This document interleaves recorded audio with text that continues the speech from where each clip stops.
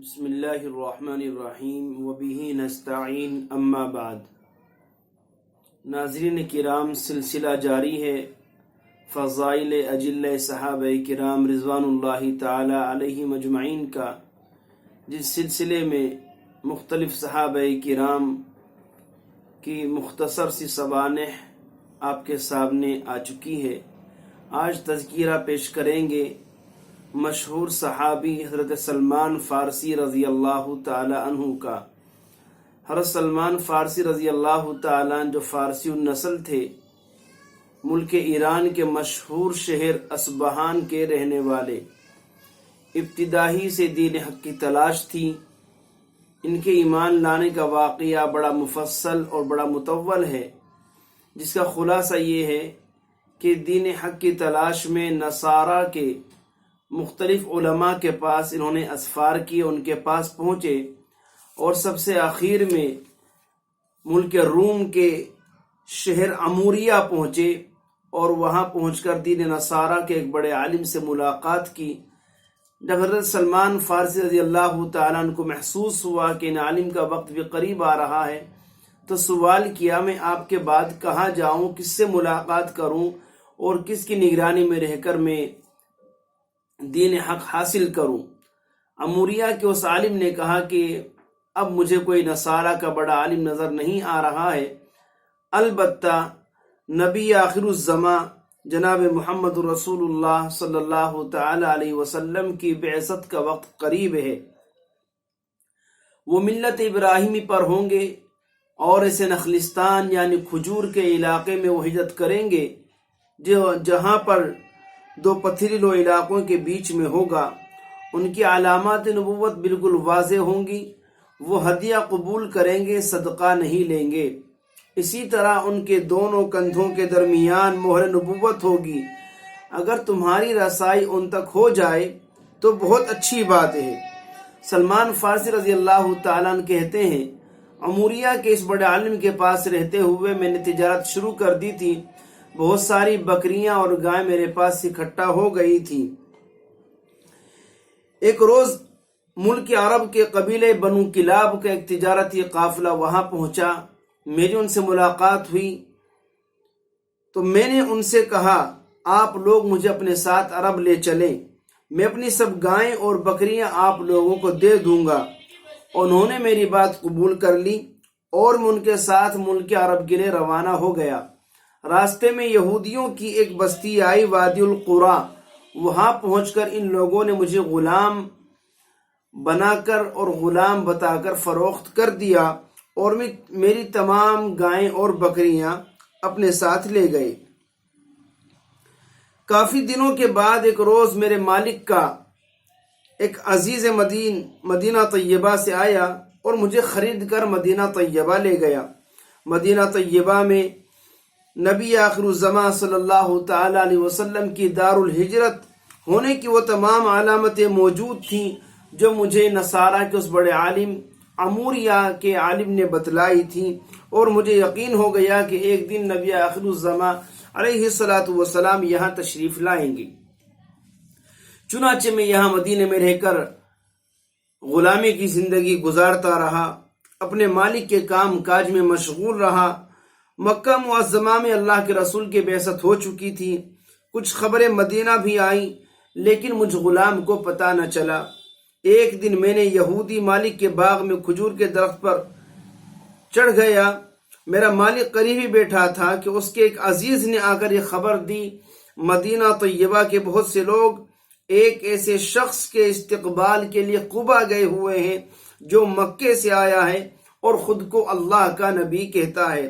یہ خبر سنتے ہی میرا عجیب حال ہو گیا، جسم کانپنے لگا، اور مجھے خطرہ ہوا کہ کہیں درخت سے نیچے نہ گر جاؤں۔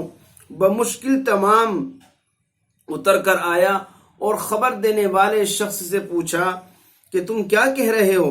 میرے مالک کو میرے سوال پر بہت غصہ آیا۔ اس نے میرے منہ پر ایک تماچا مارا اور کہا، تم سے کیا مطلب، تم اپنا کام کرو۔ میں نے کہا، بس یوں ہی سوال کر رہا تھا۔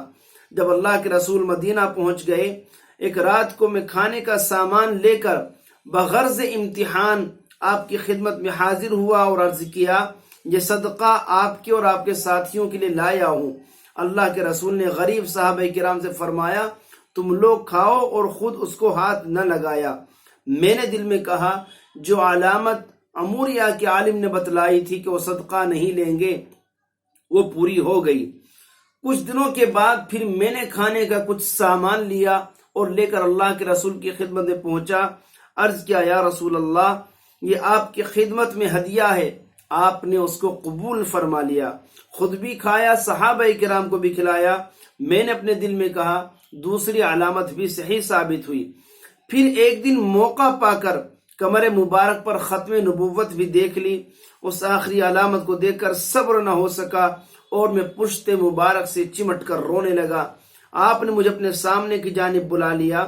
میں نے آپ کے سامنے بیٹھ کر اپنا پورا قصہ سنایا۔ آپ نے میرا قصہ وہاں موجود صحابہ کرام کو بھی سنوایا۔ اب کس چیز کا انتظار تھا؟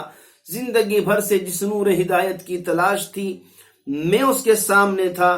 تمام عمر کی بے چینی کو قرار نصیب ہو گیا۔ کلمہ شہادت پڑھا اور مشرف باسلام ہو گیا۔ یہ مختصر تاریخ حضرت سلمان فارسی کے ایمان لانے کی۔ اب ان کے کچھ فضائل سماعت فرمائیں۔ اللہ کے رسول صلی اللہ تعالی علیہ وسلم نے حضرت سلمان فارسی سے فرمایا تھا کہ تم چونکہ غلام ہو اور تمہیں آزادی کی زندگی چاہیے تو تم اپنے یہودی مالک سے کتابت کر لو۔ کتابت کا معاملہ یہ ہوتا ہے کہ آقا اپنے غلام کو لکھ کر دے دے کہ تم اتنی رقم لا کر مجھے دے دو تو میں تمہیں آزاد کر دوں۔ چنانچہ یہ معاملہ سلمان فارسی رضی اللہ تعالی عنہ نے کیا تو اس یہودی نے بڑی سخت شرط لگائی۔ پہلی شرط تو یہ تھی میرے باغ میں 300 کھجور کے درخت لگائے جائیں، جب تک وہ پھل دینے کے قابل نہ ہو اس وقت تک سلمان ان کی پرورش اور نگہداشت کریں۔ دوسری شرط 40 اوقیہ چاندی کی ادائیگی تھی۔ اللہ کے رسول صلی اللہ تعالی علیہ وسلم نے صحابہ کرام سے 300 پودے منگوائے اور اپنے دست مبارک سے سب پودے لگائے۔ ایک پودا عمر فاروق نے لگا دیا، سب پودے اسی سال پھل دینے لگے سوائے اس ایک پودے کے جس پر پھل نہیں آئے۔ اللہ کے رسول صلی اللہ تعالی علیہ وسلم نے جب اس کے پھل نہ دینے کی تحقیق کی تو پتہ چلا یہ درخت عمر فاروق رضی اللہ تعالیٰ نے لگایا تھا۔ اللہ کے رسول نے اسے اکھاڑ کر دوبارہ اپنے دست مبارک سے لگا دیا، وہ بھی اسی سال پھل دینے لگا۔ چاندی کی ادائیگی کا انتظام بھی آپ ہی نے کر کے حضرت سلمان فارسی رضی اللہ تعالیٰ عنہ کو اس یہودی کی غلامی سے آزاد کرا دیا۔ وہ اگرچہ اللہ کے رسول کی مدینہ طیبہ تشریف آوری کے بعد مسلمان ہوئے تھے لیکن غزوہ بدر اور احد میں اپنی غلامی کی وجہ سے شریک نہ ہو سکے۔ آزادی کے بعد غزوہ خندق میں شریک ہوئے اور پھر تمام غزوات میں شرکت فرمائی، بلکہ غزوہ خندق کے موقع پر انہی کی تجویز پر مدینے کے اطراف میں خندق کھودی گئی تھی، جس کے کھودنے میں اللہ کے رسول بھی صحابہ کرام کے ساتھ شریک رہتے تھے اور اسی خندق کی وجہ سے اس غزوے کو غزوہ خندق کہا جاتا ہے۔ اللہ کے رسول نے حضرت سلمان فارسی کے بارے میں فرمایا تھا جنت سلمان کے لیے ہماتن اشتیاق بنی ہوئی ہے۔ وہ بڑے صاحب علم تھے، صحابہ کرام بھی ان کے علم و دین کے معترف تھے۔ حضرت معاذ بن جبل سے ان کی وفات کے وقت ان کے شاگرد اور عزیزوں نے وصیت و نصیحت کی درخواست کی۔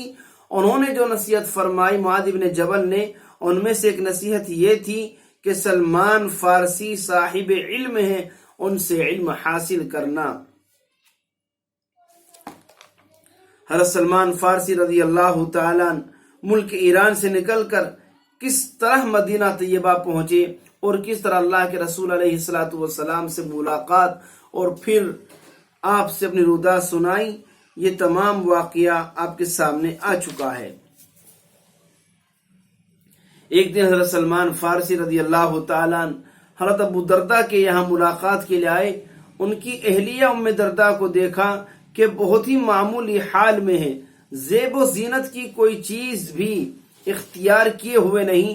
معلوم کیا کہ تم نے اپنا حال یہ کیوں بنا رکھا ہے؟ جواب دیا تمہارے بھائی ابو درداء کو دنیا سے کوئی تعلق ہی نہیں۔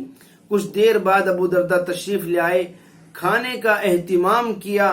حضرت سلمان سے کہا آپ کھائیے، میرا روزہ ہے۔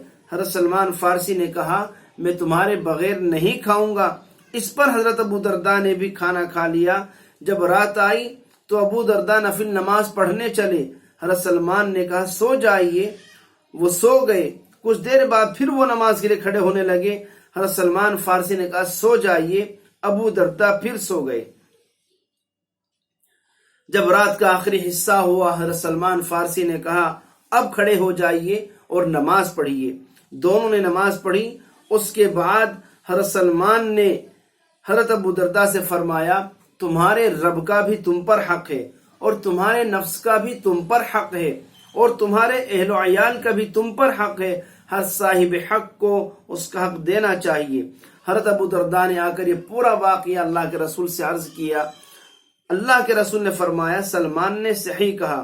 یہ روایت تو بخاری کی ہے، اور ایک دوسری روایت میں اس کے بعد یہ بھی ہے کہ اللہ کے رسول نے حضرت ابو درداء سے فرمایا سلمان افقہ منکا، سلمان تم سے زیادہ فقیہ ہیں، یعنی زیادہ دینی سمجھ بوجھ اور واقفیت رکھنے والے ہیں۔ ایک بار اللہ کے رسول نے حضرت سلمان فارسی رضی اللہ تعالیٰ عنہ کے بارے میں فرمایا تھا سلمان منا اہل البیت، سلمان تو ہمارے اہل بیت ہیں۔ کمال علم کے ساتھ زہد و تقوی میں بڑا بلند مقام رکھتے تھے۔ حضرت عمر فاروق نے مدائن کا حاکم بنا کر بھیجا تھا اور 5000 درہم مقرر وظیفہ مقرر کیا، لیکن وہ سب راہ خدا میں خرچ کرتے اور خود اپنے ہاتھ کی کمائی کھایا کرتے تھے۔ صحابہ کرام میں بڑے بڑے صحابہ اور تابعین نے ایک خاصی تعداد میں ان سے روایات نقل کی ہیں۔ ان کی روایات کی تعداد تقریباً 60 ہے۔ عمر بہت لمبی پائی، بعض حضرات نے 350 اور بعض نے 250 سال ذکر کی ہے۔ سن 36 ہجری یا 37 ہجری میں حضرت عثمان غنی رضی اللہ تعالیٰ عنہ کے دور خلافت میں مدائن میں وفات ہوئی اور وہیں پر تدفین عمل میں آئی رضی اللہ عنہ وارضاہ۔